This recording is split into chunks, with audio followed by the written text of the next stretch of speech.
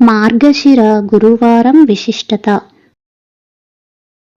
సాధారణంగా లక్ష్మీదేవిని శుక్రవారం నాడు పూజిస్తాము. కానీ మార్గశిర మాసంలో గురువారం నాడు లక్ష్మీదేవిని పూజిస్తాము. మార్గశిరంలో వచ్చే గురువారాలకు లక్ష్మీవారములు అని పేరు. ఎందుకంటే మార్గశిరంలో గురువారం నాడు పూజ చేస్తే లక్ష్మీదేవి ఎంతో సంతోషిస్తుంది, కోరిన వరాలు ఇస్తుంది. ఆ లక్ష్మీదేవిని ప్రసన్నం చేసుకోవడానికి కొన్ని నియమాలు పాటించాలి. అవి ఏంటంటే, గురువారం నాడు వంటను నూనెతో చేయకూడదు. గురువారం పూజ చేసేవాళ్ళు ఆ రోజున చేపలు, మాంసం తినకూడదు. తలకు నూనె రాయకూడదు. పత్తితో ఒత్తులు చేయకూడదు. సొరకాయ కానీ నీచుకూరలు కానీ తినకూడదు. మంచం మీద పడుకోకూడదు. రాత్రిపూట పెరుగన్నం తినకూడదు.